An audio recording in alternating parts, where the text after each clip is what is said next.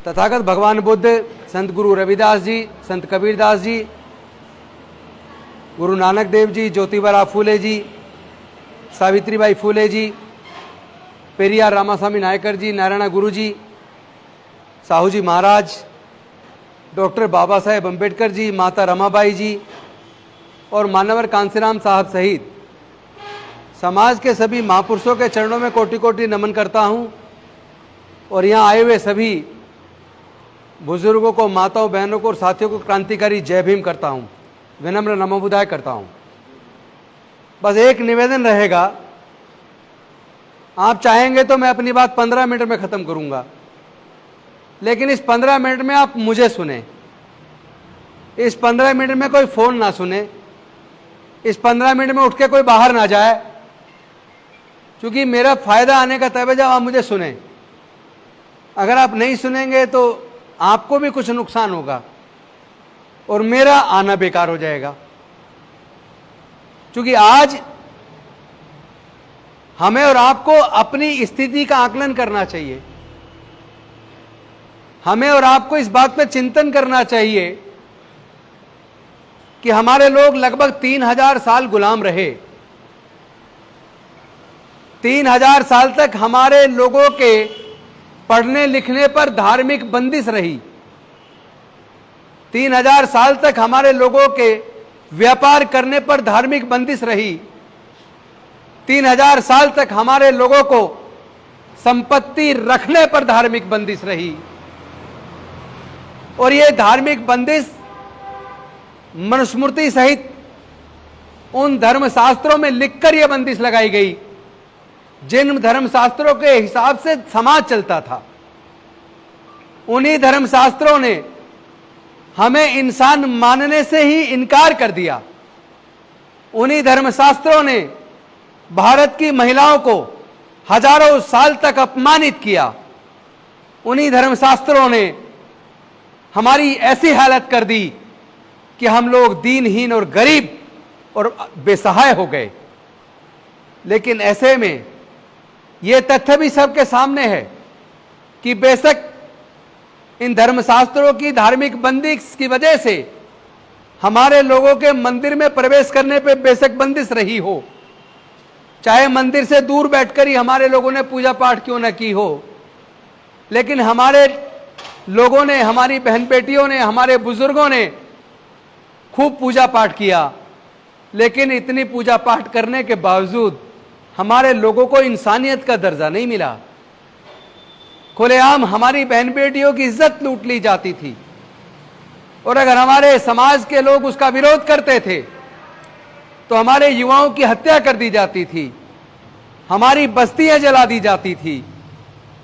इतना सब कोई 10-20-100 साल नहीं हुआ, कोई 500 और 1000 साल भी नहीं हुआ। ये हालात हमारे समाज के साथ लगभग 2000 से 3000 साल तक हुए। ऐसे में अगर कोई पैगंबर के तौर पर, हमारे समाज का भगवान के तौर पर अगर कोई निकल कर आए तो डॉक्टर बाबा साहेब अम्बेडकर निकल कर आए। डॉक्टर बाबा साहेब अम्बेडकर छोटी उम्र से ही वो अपमान झेलकर, उत्पीड़न झेलकर, तिरस्कार झेलकर, स्कूल के बाहर जहां लोग जूते उतारते वहां बैठकर पहले खुद पढ़े, अपमान झेलते हुए बड़े हुए, अपमान झेलते हुए विदेश पढ़ने गए।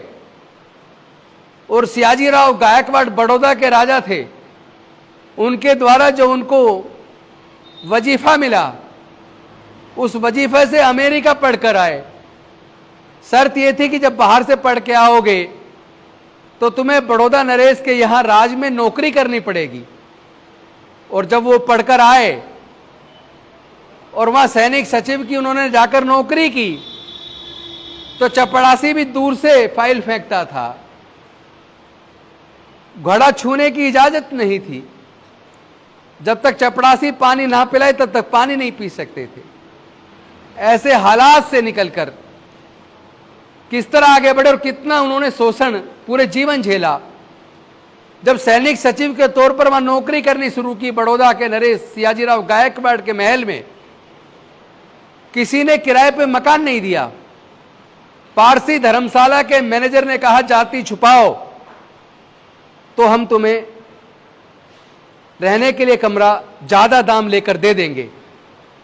डॉक्टर बाबा साहेब अंबेडकर जी ने जाति छुपाने से इनकार किया, लेकिन मैनेजर ने उनकी जाति छुपाकर ज्यादा पैसे लेकर किराए पर उनको धर्मशाला में कमरा रहने के लिए दे दिया।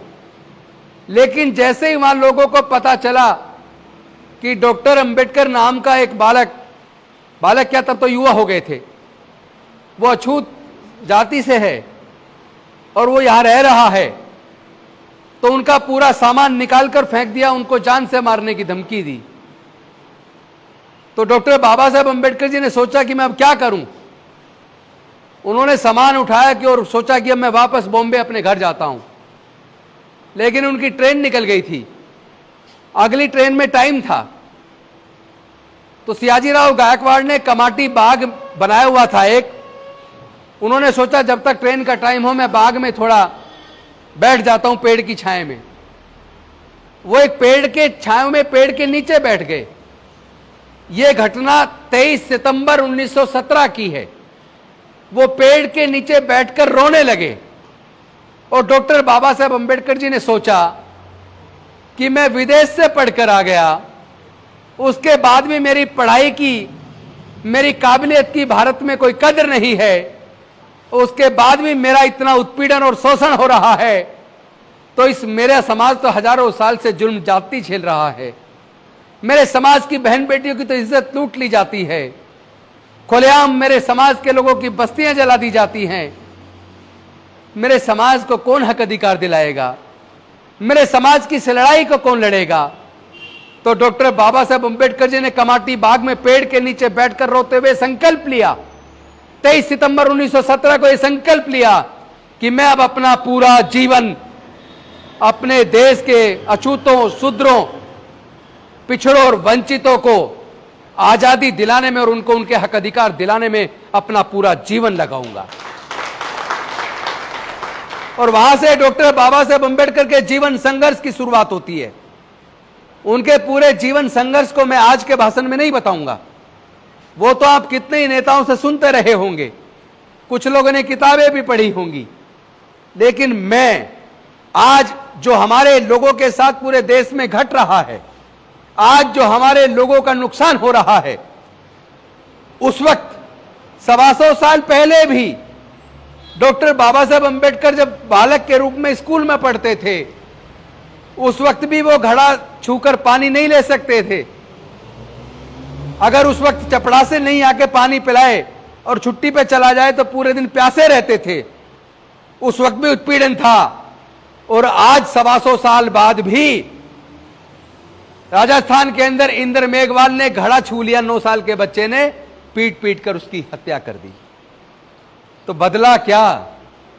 आज 125 साल बाद भी एक कोविड हेल्थ वर्कर जो हॉस्पिटल में नौकरी करता था, जितेंद्र नाम था उसका, वो बहुत सुंदर था, मूंछें रखता था, फोटो खींच के सोशल मीडिया पे डालता था। जितेंद्र मेघवाल की हत्या कर दी। जब हत्यारे से पुलिस ने पूछा तुमने जितेंद्र मेघवाल की हत्या क्यों की, तो हत्यारे ने कहा कि ये शूद्र है, अछूत है, मूंछें रखता है, सोशल मीडिया पे फोटो डालता है, सुंदर दिखता है, इसका सुंदर दिखना, मूंछें पहनाना हमें पसंद नहीं आया, इसलिए हमने इसकी हत्या कर दी। तो 125 साल बीत गए बाबा साहेब की उस घटना को, और आज भी घड़े छूने पे हत्या हो रही है, आज भी मूंछ रखने पर हत्या हो रही है। गुजरात के अंदर एक युवा ने घोड़ा खरीद लिया, घोड़ा खरीदने पर हत्या कर दी। एक युवा ने चश्मा खरीद लिया, चश्मा लगा के सुंदर दिख रहा है तो उसी पे हत्या कर दी। आज भी घोड़े पे बारात निकालने पे हमला हो रहा है। तो मैं पूछना चाहता हूं, बदला क्या? डॉक्टर बाबा साहेब अंबेडकर जी ने पूरा जीवन संघर्ष किया, और इस संघर्ष के दौरान डॉक्टर बाबा साहेब अंबेडकर के 4-5 बच्चे हुए। आपको जानकर दुख होगा, डॉक्टर बाबा साहब अंबेडकर जी के छोटे छोटे 5 में से 4 बच्चे गोदी में ही मर गए, सिर्फ इसलिए चूंकि उन्होंने पूरा जीवन पूरे इस देश के शूद्रों और अछूतों के लिए, पिछड़ों के लिए, दलितों के लिए, आदिवासियों के लिए, उनके हक अधिकार की लड़ाई में अपना पूरा जीवन लगा दिया, अपनी बच्चों की तरफ नहीं देखा। छोटे छोटे 4 बच्चे 5 में से चले गए, और जवानी में उनकी पत्नी रमाबाई, माता रमाबाई 35 से 37 साल के बीच उम्र थी। इतनी सी छोटी सी उम्र में डॉक्टर बाबा साहब अंबेडकर जी की पत्नी रमाबाई भी चली गई।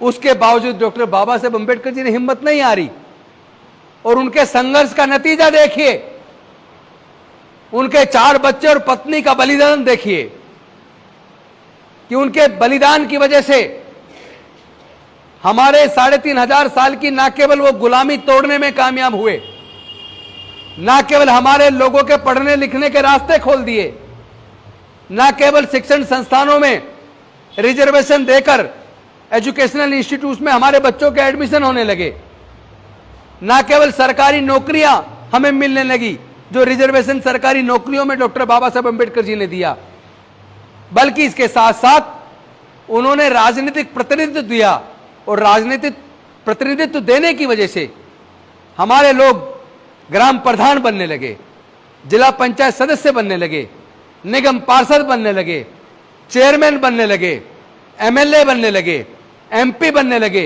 मंत्री बनने लगे, मुख्यमंत्री बनने लगे, यहां तक कि देश के राष्ट्रपति बन गए, देश के मुख्य न्यायाधीश बन गए, कलेक्टर बन गए, जज बन गए, डॉक्टर बन गए, इंजीनियर बन गए, प्रोफेसर बन गए।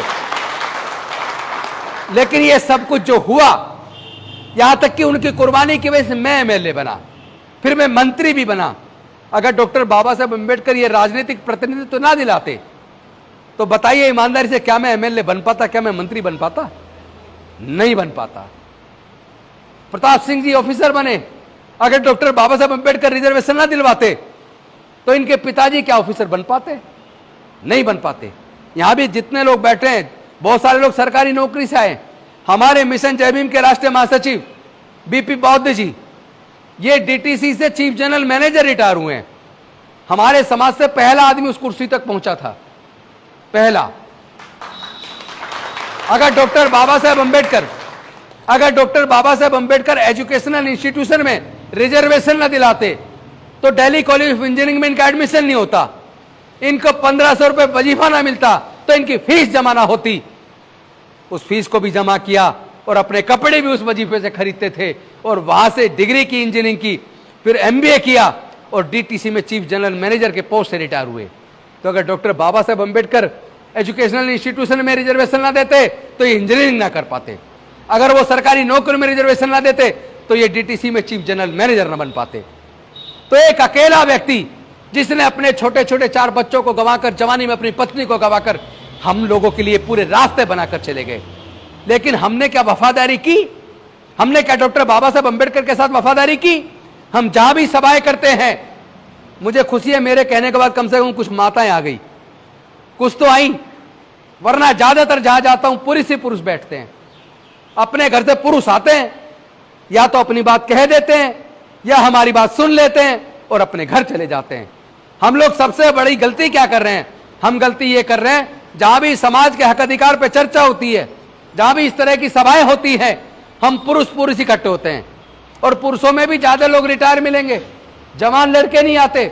हमारी माताएं, बहनें, बेटियां, बहनें, वो सब घर पे रहती हैं, पत्नी हमारी घर पे रहती है, उन्हें हम घर छोड़ के आते हैं।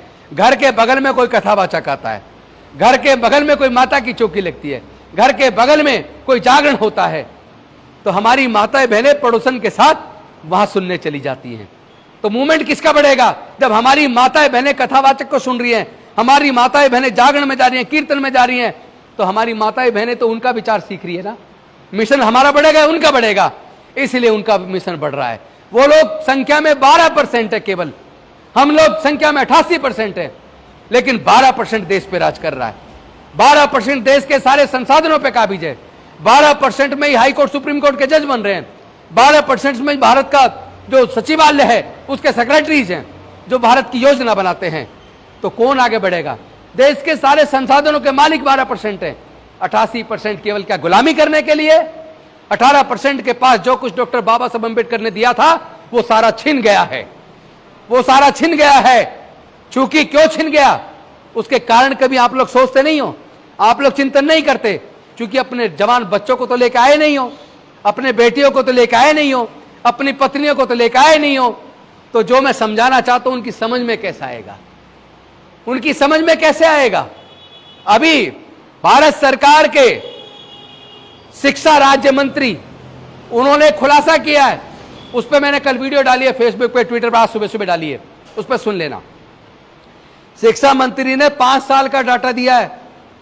भारत के जितने आईआईटी सहित सेंट्रल यूनिवर्सिटी हैं, पिछले 5 सालों में 25,000 SC ST OBC के छात्रों ने पढ़ाई छोड़ दी। बीच में पढ़ाई छोड़ दी। पहले तो आईआईटी के लिए कोचिंग कराने पे 2-3 लाख 4 लाख खर्च होता है, इंजीनियरिंग की कोचिंग कराने के लिए 3 लाख 4 लाख खर्च होता है, मेडिकल की कोचिंग कराने के लिए 3 लाख 4 लाख खर्च होता है। और इतना पैसा खर्च करके आपके बच्चे किसी तरीके से रिजर्वेशन के माध्यम से आईआईटी में सेलेक्ट होते हैं। ये आपका दिल्ली टेक्निकल यूनिवर्सिटी उसमें सेलेक्ट होते हैं, नेताजी सुभाष टेक्निकल यूनिवर्सिटी उसमें सेलेक्ट होते हैं। आपके बच्चे आईआईटी में, आपके बच्चे इंजीनियरिंग में, आपके बच्चे मेडिकल में, आपके बच्चे मैनेजमेंट में, आपके बच्चे लॉ में। यानी पहले 3-4 लाख खर्च करके कोचिंग लेके उस एग्जाम को पास करते हैं। एग्जाम पास करने के बाद वहां उनका एडमिशन होता है। एडमिशन के टाइम पे हर साल, मतलब 4 साल का कोर्स है तो 12 से 15 लाख चाहिए, 5 साल का कोर्स है तो 12 से 20 लाख के बीच चाहिए।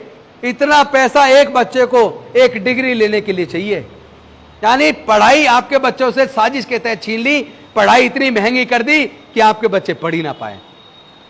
अभी जो मैं अभी बता रहा था, जो भारत सरकार के एजुकेशन डिपार्टमेंट के जो शिक्षा के राज्य मंत्री हैं, उन्होंने खुलासा किया पिछले 5 साल में 25,000 बच्चे बीच में कॉलेज छोड़ दिए, पढ़ाई छोड़ के चले आए।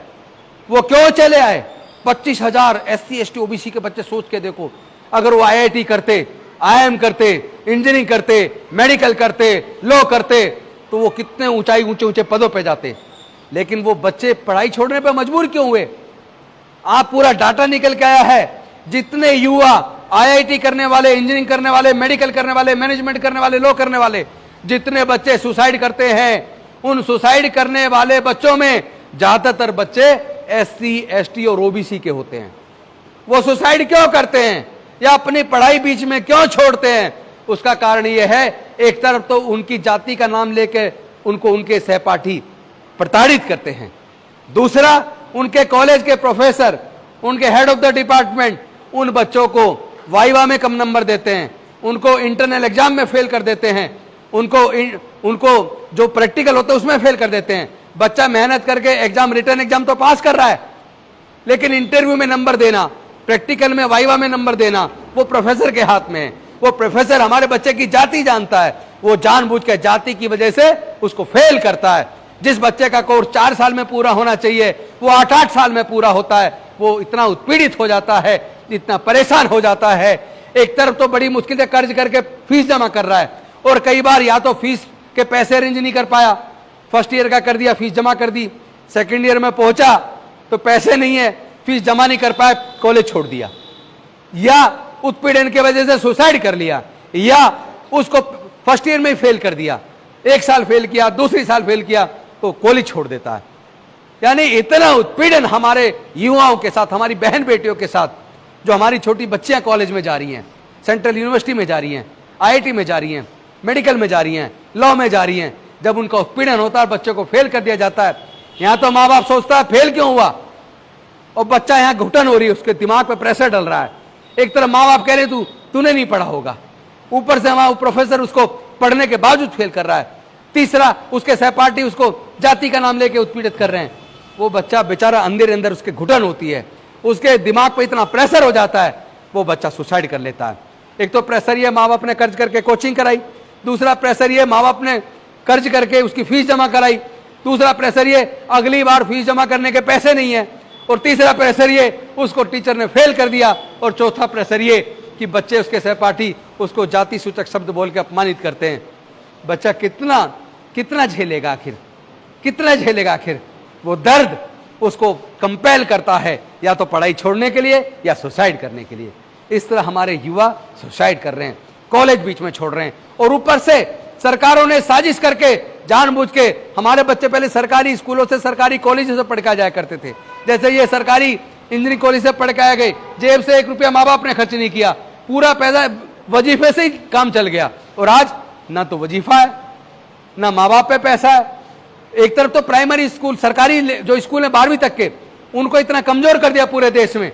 वहां पे मिड डे मील 1-1 घंटे उसमें बर्बाद होता है। और पूरे देश के अंदर सरकारी स्कूल में टीचर की भर्ती नहीं कर रहे, टीचर नहीं है। जहां 100 टीचर चाहिए वहां पे 15-20 टीचर हैं, पढ़ने का माहौल नहीं है। आदमी सोचता है यहां से पढ़ के तो कुछ बन नहीं पाएगा, अगर थोड़ा बहुत कर्ज वर्ज करके कैसे प्राइवेट में पढ़ा लो। अब प्राइवेट के अंदर भी देखो, मजे की बात है, आपके बच्चे प्राइवेट में पढ़ रहे होंगे। जो मध्यम दर्जे के प्राइवेट स्कूल हैं, उन प्राइवेट स्कूल में एक बच्चे की फीस का खर्चा, उसका आने जाने का ट्रांसपोर्ट का खर्चा, उसका ट्यूशन का खर्चा, उसका वर्दी का खर्चा, उसका किताबों का खर्चा, सारे खर्चे जोड़ लें, एक बच्चे को पब्लिक स्कूल में, मध्यम दर्जे के पब्लिक स्कूल में पढ़ाने के लिए 8 से 10 हजार रुपया चाहिए। चाहिए कि नहीं चाहिए? और हर परिवार में कम से कम 2 बच्चे हैं, तो 2 बच्चों को केवल पढ़ाने के लिए एक माँ बाप को कम से कम 15 से 20 हजार रुपया चाहिए। और हमारे पूरे SC, ST, OBC के 99% लोग ऐसे हैं, अगर पूरे देश के उनका सर्वे किया जाए, उनके पूरे परिवार की इनकम जोड़ ली जाए, तो पूरे परिवार की इनकम जोड़ने के बाद उनके घर में 5,000 से 20,000 के बीच, 99% SC, ST, OBC के लोग 5,000 से 20,000 के बीच पूरे महीने में कमाते हैं। तो जिनके पूरे महीने की, पूरे परिवार की कमाई 5,000 से 20,000 रुपए के बीच है, मैं आप सबसे पूछना चाहता हूं, क्या 5,000 से 20,000 रुपए महीना कमाने वाले परिवार अपने 2 बच्चों के पढ़ाने पर, प्राइवेट स्कूल में पढ़ाने कर, क्या 15 से 20,000 रुपए का खर्चा उठा सकते हैं? क्या उठा पाएंगे? क्या नहीं उठा सकते ना। तो मजबूरी में कहां पढ़ाएंगे? सरकारी स्कूल में।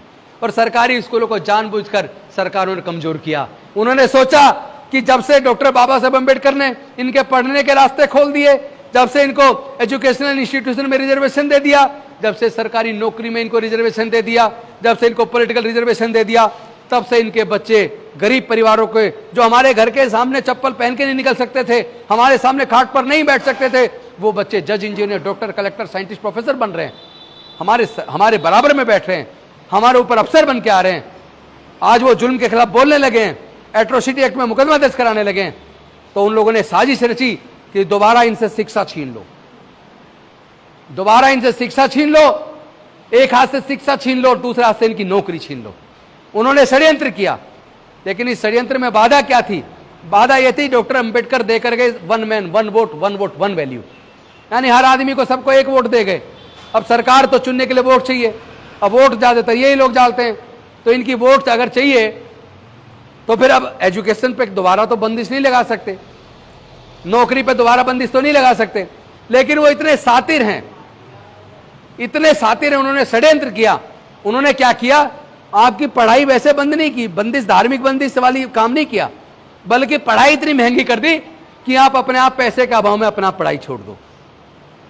ऊपर से स्कूल में, कॉलेज में उसको उत्पीड़ित करो कि बच्चा परेशान होकर पढ़ाई छोड़ दे।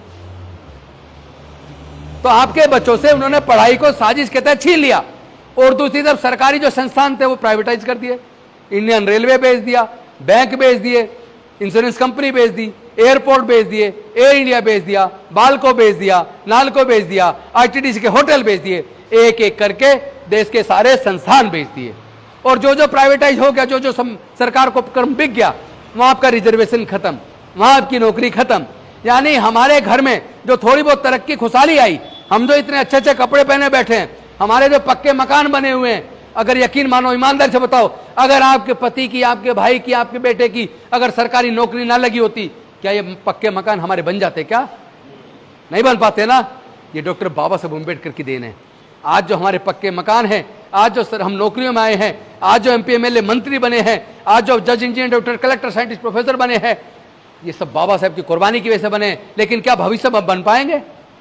क्या भविष्य में बन पाएंगे? भविष्य में नहीं बन पाएंगे, क्योंकि महंगी पढ़ाई करके उन्होंने पढ़ाई छीन ली और सरकारी संस्थानों को प्राइवेटाइज करके सरकारी नौकरी छीन ली। अब दोबारा से गुलामी आने वाली है, यकीन मानिए। आप खुद सोच लो, अपने आस पड़ोस में देख लो, अपने बच्चों को देख लो, और खुद मैं कह रहा हूं, आप अब से पूरे 40 साल पीछे जाओ, 40 साल पहले आपके गली मोहल्ले से जवान लड़कों की लड़कियों की सरकारी नौकरियां लगती देखी होंगी आपने।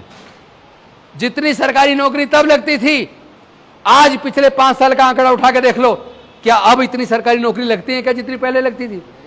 नहीं लगती ना। तो नौकरी तो आपकी बंद हो गई, पढ़ाई महंगी करके पढ़ाई छीन ली, और इतना पैसा आपकी जेब में नहीं है कि आप व्यापार कर लो। व्यापार करने के लिए बहुत बड़ा पैसा चाहिए, वो आप पे है नहीं, और सरकारें आपको लोन भी नहीं देती।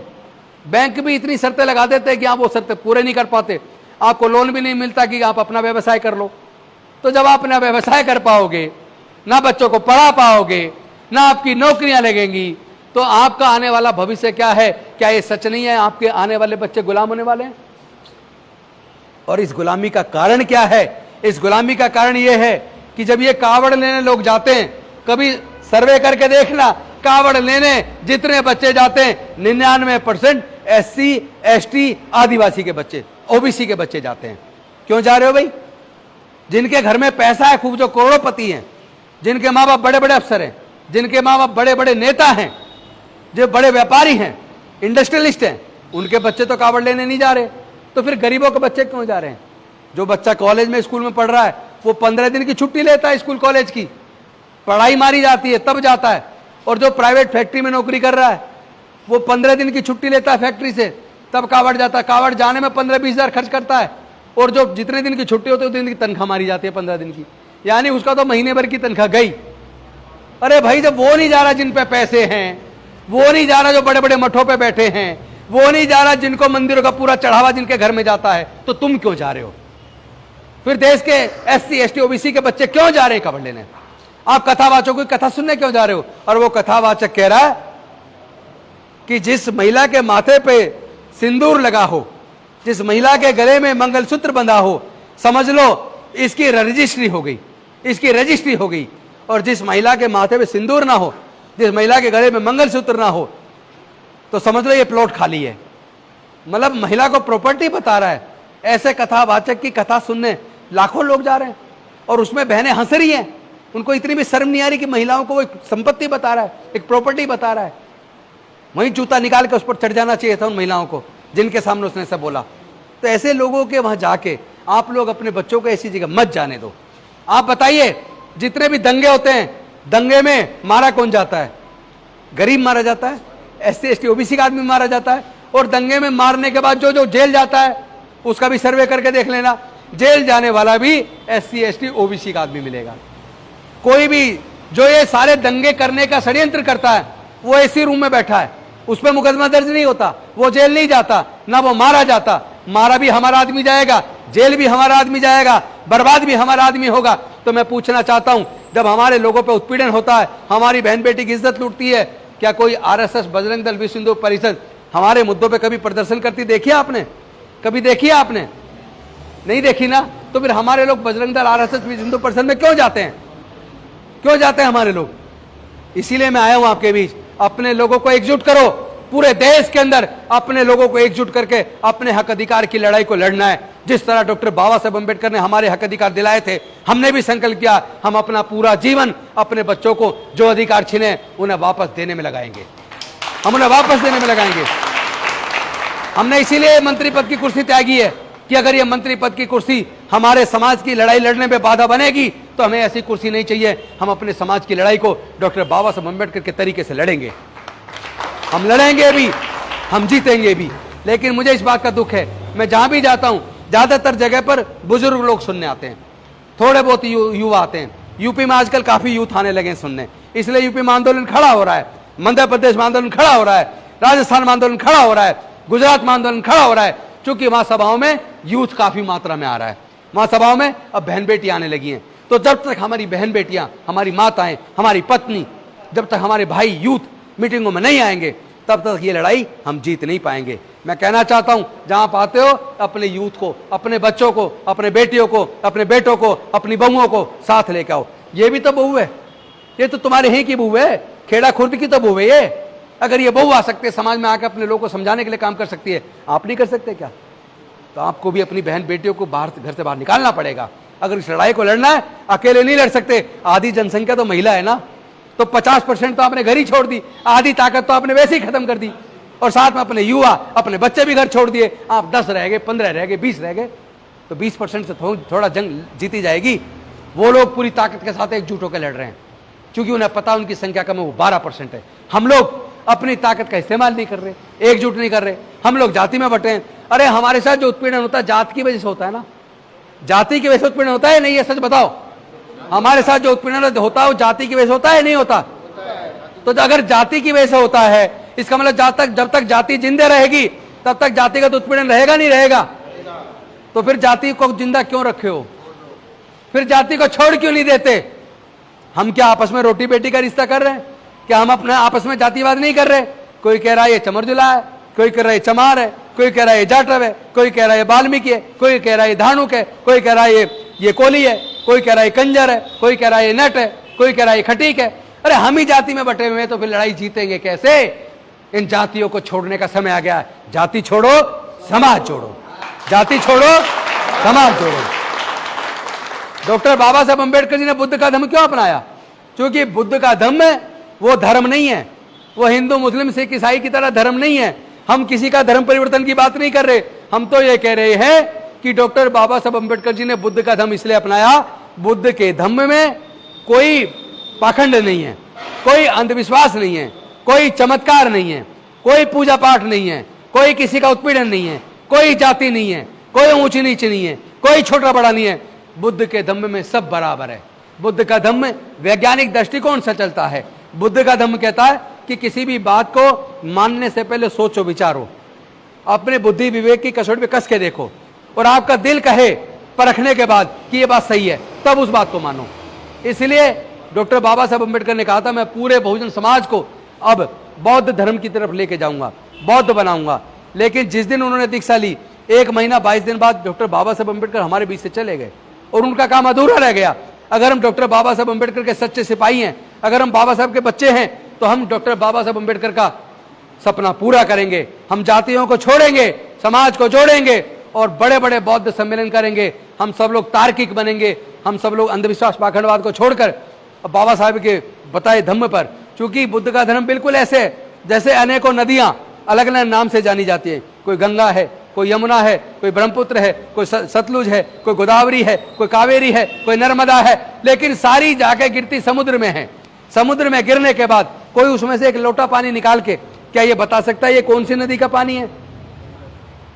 समुद्र में से पानी निकाल के क्या कोई बता सकता है किस नदी का पानी है? नहीं बता सकता ना। क्या कहेगा? ये समुद्र है। उसी प्रकार हम विभिन्न जाति को छोड़ के जब बौद्ध बनेंगे तो फिर हमारी कोई जाति नहीं होगी, हम सब बौद्ध होंगे। जातियों से छुटकारा मिल जाएगा, और जब जाति से छुटकारा मिलेगा तो जातिगत उत्पीड़न से भी छुटकारा मिलेगा। इसी संदेश के साथ अभी आने वाली 26 अगस्त को हम दिल्ली के अंदर जो अपना ये शाह ऑडिटोरियम है, उसमें मिशन जय भीम का 3रा स्थापना दिवस है। वो छोटा प्रोग्राम है 1000 लोगों का। आपके यहाँ से पूरे इस देहात से 200-250 लोग से ज़्यादा मत लेके आना, लेकिन पूरे अलग अलग गांव से 5-5, 6-6 लोग उसमें आए। और ये प्रोग्राम के बाद 3 बड़े प्रोग्राम हैं, जिसमें पहला प्रोग्राम बड़ा वो 10 सितंबर को 50,000 लोगों का पूरा स्टेडियम बुक किया जयपुर के अंदर, राजस्थान के अंदर। दूसरा बड़ा प्रोग्राम 26 नवंबर को 1 लाख से भी ज़्यादा लोगों का गुजरात के अहमदाबाद के अंदर। तीसरा बड़ा प्रोग्राम आपको तीसरे में जरूर आना है। एक तो इस छोटे सा ऑडिटोरियम वाले में आना है जिसके पर्चे भी बटेंगे, और दूसरा 3 दिसंबर आप नोट कर लेना, 3 दिसंबर रामलीला मैदान दिल्ली का, वहां पर 1 लाख से ज्यादा लोगों का बहुजन हक अधिकार सम्मेलन, राष्ट्रीय बौद्ध सम्मेलन हम लोग दिल्ली के अंदर करने वाले। और मैं चाहता हूं दिल्ली के हर गांव से, हर घर से, पूरे परिवार के साथ सब लोग पहुंचे, ताकि जब घर से आप अपनी बेटियों को लेके, अपनी बहुओं को लेके, अपनी पत्नियों को लेके, अपनी माँ को लेके, अपनी बहन को लेके, अपने बेटों को लेके जब सब लोग पहुंचोगे और अपनी पूरी ताकत सरकार को दिखाओगे, यही सरकार झुकेगी, यही सरकार फिर योजना बनाकर आपके बच्चे को हायर एजुकेशन की फीस देगी। अभी तो कोई सरकार हमारे बच्चों की हायर एजुकेशन की फीस नहीं दे रही, फीस के अभाव में भी हमारे बच्चे पढ़ाई छोड़ने को मजबूर हैं। तो जो सरकार हमारे बच्चों की पढ़ाई का खर्चा ना उठा पाए, जो सरकार हमारे इलाज का खर्चा ना उठावे, ऐसी सरकार का क्या अचार डालें हम? या ऐसी मंत्री पद की कुर्सी का अचार डालें जो अपने बच्चों की पढ़ाई का खर्चा ना उठा पाए? इसीलिए हम इस लड़ाई को लड़ेंगे, हम इस लड़ाई को जीतेंगे। जाति छोड़ो, समाज जोड़ो। जय जय जय जय जय भीम। जय जय जय जय जय भीम, जय जय जय जय जय भीम। बहुत बहुत धन्यवाद। नमो बुद्धाय। जय भीम, जय भारत।